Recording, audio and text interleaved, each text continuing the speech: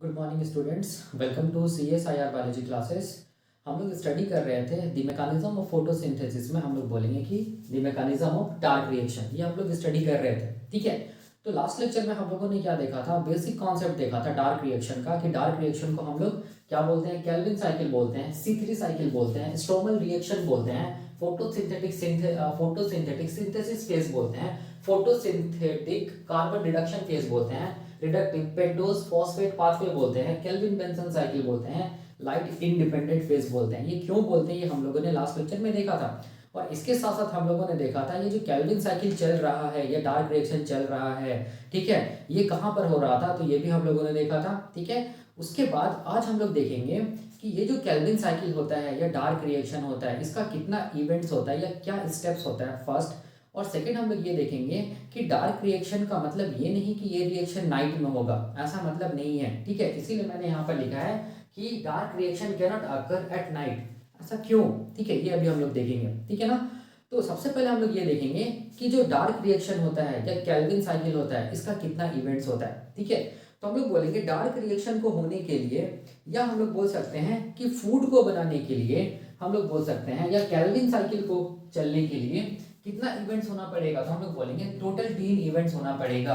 First हम लोग बोलेंगे कार्बोक्सिलेशन इवेंट, ठीक है, दूसरा को हम लोग बोलेंगे रिडक्शन इवेंट, और तीसरा को हम लोग बोलेंगे रीजनरेशन ऑफ RUBP इवेंट।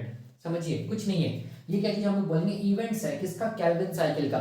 ये सारा का सारा जो इवेंट्स हो रहा है वो कहाँ हो रहा है, स्ट्रोमा ऑफ द क्लोरोप्लास्ट में। और इसी इवेंट्स के बाद क्या बनेगा, हम लोग बोलेंगे फूड बनेगा, या हम लोग बोल सकते हैं ग्लूकोज बनेगा।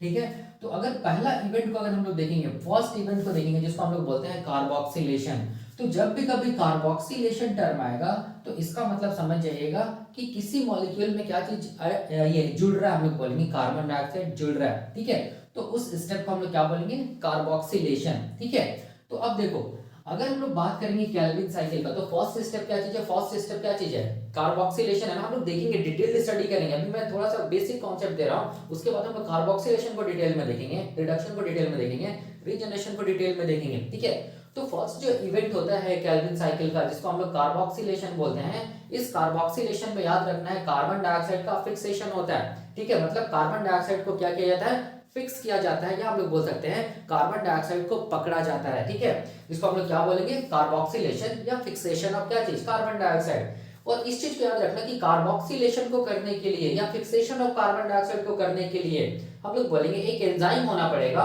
जो कि केल्विन साइकिल का एंजाइम है, जिसको हम लोग बोलेंगे RUBSCO, रुबिस्को। ठीक है, ये एंजाइम याद रखना है, केल्विन साइकिल का मेन एंजाइम होता है, इसको पेस मेकर भी हम लोग बोलते हैं। ठीक है, केल्विन साइकिल का पेस मेकर होता है ये एंजाइम।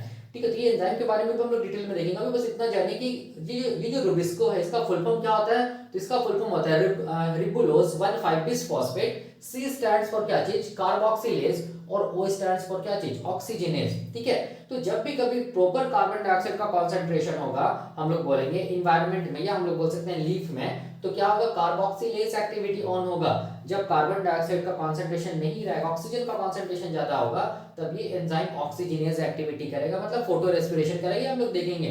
अभी बस इतना जानिए कि केल्विन साइकिल पढ़ रहे हैं ना हम लोग, तो केल्विन साइकिल में क्या होता है, कार्बन डाइऑक्साइड का फिक्सेशन होता है, कार्बन डाइऑक्साइड को फिक्स किया जाता है। तो फिक्स करने के लिए हम लोग बोलेंगे जो एंजाइम होता है उसको हम लोग क्या बोलते हैं, रुबिस्को। ठीक है, तो किस मॉलिक्यूल के साथ फिक्स किया जाता है, किस मॉलिक्यूल के साथ कार्बन डाइऑक्साइड को जोड़ा जाता है, तो याद रखना है इस मॉलिक्यूल को हम लोग बोलते हैं RUBP। RUBP का मतलब हो गया रिबुलोज 1,5 बिस फॉस्फेट। ये वैसा मॉलिक्यूल होता है, इसको CO2 एक्सेप्टर मॉलिक्यूल बोलते हैं, और ये CO2 एक्सेप्टर मॉलिक्यूल प्रेजेंट होता है, हम लोग बोलेंगे स्ट्रोमा या मैट्रिक्स ऑफ द क्या चीज, क्लोरोप्लास्ट। ठीक है, तो जैसे हम लोग बोलेंगे कार्बन डाइऑक्साइड आता है एनवायरनमेंट से लीफ के अंदर, ठीक है, जब ये कार्बन डाइऑक्साइड स्ट्रोमा या मैट्रिक्स ऑफ द क्लोरोप्लास्ट तक पहुंचता है, तो ये कार्बन डाइऑक्साइड को हम लोग बोलेंगे RUBP के साथ क्या कर दिया जाता है, हम लोग बोलेंगे कंबाइन कर दिया जाता है, जिसको हम लोग बोलेंगे फिक्सेशन ऑफ कार्बन डाइऑक्साइड या कार्बोक्सिलेशन। तो कंबाइन कौन करता है हम लोग बोलेंगे, कंबाइन करने वाला जो एंजाइम उसको हम लोग बोलते हैं रुबिस्को बोलते हैं। क्या बोलते हैं, रुबिस्को। और याद रखना ये जो एंजाइम होता है ये पीएच डिपेंडेंट एंजाइम होता है, ठीक है। और ये कितना पीएच पे काम करता है तो हम लोग बोलेंगे पीएच 8 पे काम करता है। मतलब जब स्ट्रोमा का पीएच, स्ट्रोमा या मैट्रिक्स ऑफ द क्लोरोप्लास्ट का पीएच जब 8 हो जाए, या पीएच हम लोग बोल सकते हैं एलिवेट हो जाए या 8 हो जाए, तभी ये एंजाइम क्या हो जाएगा, हाईली सेंसिटिव टू पीएच, ये एक्टिव हो जाएगा और ये क्या करेगा, कार्बन डाइऑक्साइड को आरयूबीपी के साथ कंबाइन कर देगा, जिसको हम लोग क्या बोलेंगे, कार्बोक्सिलेशन या फिक्सेशन ऑफ कार्बन डाइऑक्साइड बोलेंगे।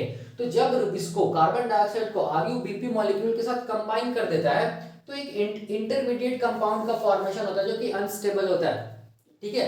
और ये इंटरमीडिएट कंपाउंड हम लोग बोलेंगे अल्टीमेटली टूट जाता है और हम लोग बोलेंगे फर्स्ट स्टेबल प्रोडक्ट बनता है किसका, केल्विन साइकिल का, जिसको हम लोग बोलेंगे 3-फॉस्फोग्लिसरिक एसिड या 3-PGA मतलब फॉस्फोग्लिसरिक एसिड, या हम लोग इसको बोल सकते हैं 3-फॉस्फोग्लिसरेट। और ये जो 3-फॉस्फोग्लिसरिक एसिड है याद रखना ये फर्स्ट स्टेबल प्रोडक्ट है और ये कितना कार्बन का होता है हम लोग बोलेंगे, ये 3 कार्बन का होता है, इसीलिए केल्विन साइकिल को हम लोग क्या बोलते हैं, C3 साइकिल भी बोलते हैं, ठीक है। तो कार्बोक्सिलेशन स्टेप में हमेशा याद रखना है, कार्बोक्सिलेशन इवेंट में हमेशा याद रखना है रुबिस्को एंजाइम काम करेगा।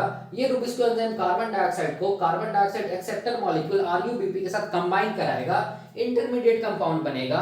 ये इंटरमीडिएट कंपाउंड का हाइड्रोलिसिस होगा, टूटेगा और फर्स्ट स्टेबल प्रोडक्ट बनेगा, जिसको बोलेंगे 3-फॉस्फोग्लिसरिक एसिड या 3-फॉस्फोग्लिसरेट। चूंकि ये 3 कार्बन का है इसीलिए हम लोग बोलते हैं केल्विन साइकिल को क्या बोलते हैं, C3 साइकिल भी बोलते हैं। तो कार्बोक्सिलेशन स्टेप में बस इतना ही याद रखना है कि कार्बन डाइऑक्साइड का क्या होगा, फिक्सेशन होगा, जिसको हम लोग बोलेंगे कार्बोक्सिलेशन। और इसको करवाने वाला जो एंजाइम है वो कौन है, रुबिस्को, जो कि पीएच सेंसिटिव है। कितना पीएच पे काम करता है हम लोग बोलेंगे 8 पीएच पे काम करता है, ठीक है।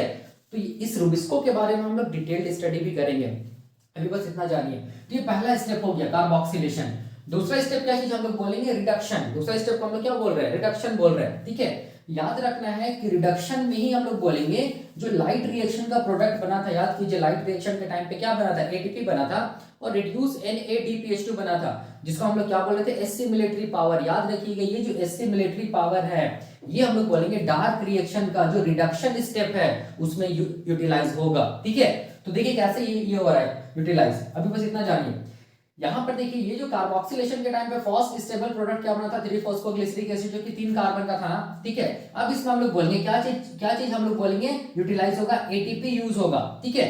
और ये एटीपी कहां से आती है, लाइट रिएक्शन के टाइम वाला एटीपी है, ये एटीपी यूज होगा और इस कंपाउंड को हम लोग बोलेंगे एक नया कंपाउंड में चेंज कर देगा, जिसको हम लोग क्या बोलेंगे, 1,3-बिस-फॉस्फोग्लिसरिक एसिड, या हम लोग बोल सकते हैं 1,3-बिस-फॉस्फोग्लिसरेट, ठीक है। तो ये एटीपी यूटिलाइज हुआ फर्स्ट। दूसरा देखो ध्यान से, ये जो 1,3-बिस-फॉस्फोग्लिसरिक एसिड है, अब इसमें हम लोग बोलेंगे जो रिड्यूस NADPH2 जो लाइट रिएक्शन के टाइम पे बना था वो यूटिलाइज होगा। देखो ये हुआ यूटिलाइज, रिड्यूस NADPH2 किसमें, इस मॉलिक्यूल के साथ जुड़ेगा और हम लोग बोलेंगे क्या बनाएगा, एक नया मॉलिक्यूल बनाएगा, जिसको बोलेंगे ग्लिसरल्डिहाइड 3-फॉस्फेट, G3P बोलेंगे, या हम लोग बोलेंगे 3-फॉस्फोग्लिसरल्डिहाइड, ठीक है, 3PGAL, ठीक है। तो ये 3-फॉस्फोग्लिसरल्डिहाइड या ग्लिसरल्डिहाइड 3-फॉस्फेट अगर बन जाएगा तब इस स्टेप को हम लोग क्या बोलेंगे, इस स्टेप को बोलेंगे रिडक्शन। क्यों रिडक्शन बोल रहे हैं, क्योंकि यहाँ पर रिड्यूस NADPH2 का देखो ये जो H+ है वो H+ का एडिशन हुआ है, किसमें हम लोग बोलेंगे 1,3-बिस-फॉस्फोग्लिसरिक एसिड में।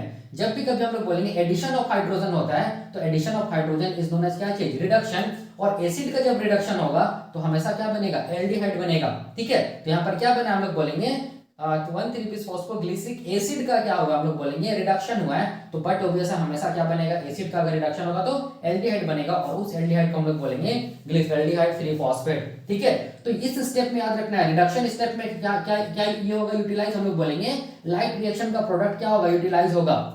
इस चीज को याद रखना, मतलब ATP and reduce NADPH2 utilise होगा, ठीक है। इसीलिए लाइट रिएक्शन इंपॉर्टेंट है, लाइट रिएक्शन का प्रोडक्ट इसीलिए इंपॉर्टेंट है क्योंकि ये जो एटीपी एंड रिड्यूस NADPH2 है वो किस तरह बना था,